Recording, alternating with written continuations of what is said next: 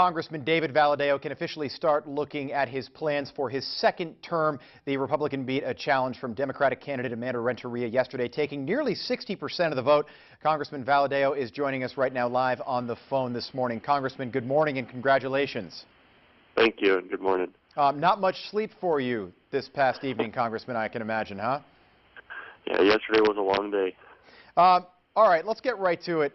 Congressman, in the House, the GOP has now picked up 246 seats, the largest majority since World War II in almost 60 years. Now, what does that mean for Republicans in the House moving forward? Well, what it means is that we've been doing the right thing. I know that there's been a lot of attacks and a lot of negative stuff out there said about us, but we delivered and we continue to deliver legislation to the Senate's desk, and the Senate continued to block that from making it to the President's desk. And now we have the opportunity and the ability to put stuff on the President's desk and start getting some things done. It means a lot. I think the voters showed to us that this is what they want us to do. Right.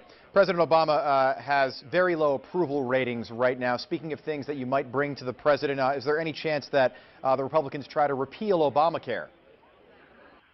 I'm not sure exactly what the strategy is there yet. I know Obamacare is going to be a big issue, and it's going to come up. There's a lot of things there that are affecting people in the Valley. I mean, it's raised costs on a lot of people. A lot of people are now, the hospitals are struggling with it because they've got folks coming in with cards that don't pay. I mean, it's just an insurance card, but no actual money behind it. And it's hurting a lot of people in the Valley, so it's something that will be up, and the conversations will be moving forward. All right, David, there was an old adage in Congress where freshman congressmen should be seen and not heard. Now you are a wily veteran heading into your second term on Capitol Hill. Do you plan on championing more bills now and being more vocal for the Valley on the House floor?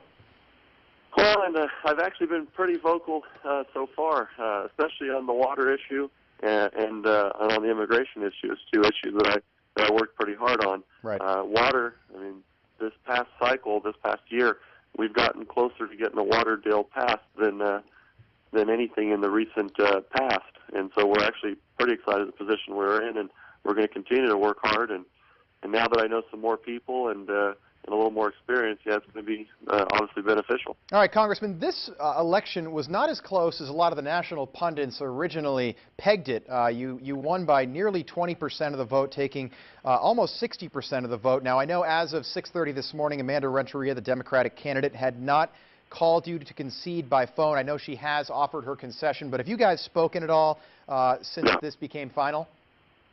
No, I have not heard from her. Can you talk about that? Because it does kind of break in with tradition. Typically, it's tradition for the losing candidate to contact the winning candidate, offer congratulations. Even if the conversation is very brief, that's typically what happens. What's going on right now?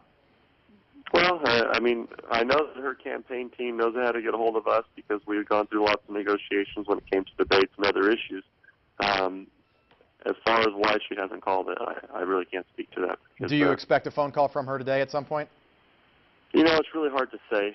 This race, I mean, ever since she jumped into it, it's been, on her part, pretty negative all the way through. Yeah. And I'm expecting this to have a little bit of an impact on her personally.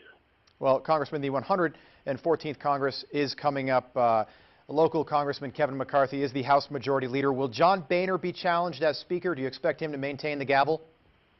I actually do. I have yet to actually hear of anybody running against him, anybody serious. I mean, we always hear about it around swearing-in time, but even last cycle, I never even got a phone call from one person that was running to replace him, and I don't believe there will be anybody this time either. All right, so you're not going to try to be the Speaker of the House, Congressman? No, I'm not running for Speaker. Well, listen, get some sleep today. Congratulations. One final question. I think the voters have spoken. President Obama, as I said, not popular, but because this red wave sort of swept through the nation yesterday with the Republicans taking control of the Senate now, 52-45, does this mean there'll be more bipartisanship in the House and Senate? You know, we've passed a lot of legislation in the House that was very bipartisan and a lot of support.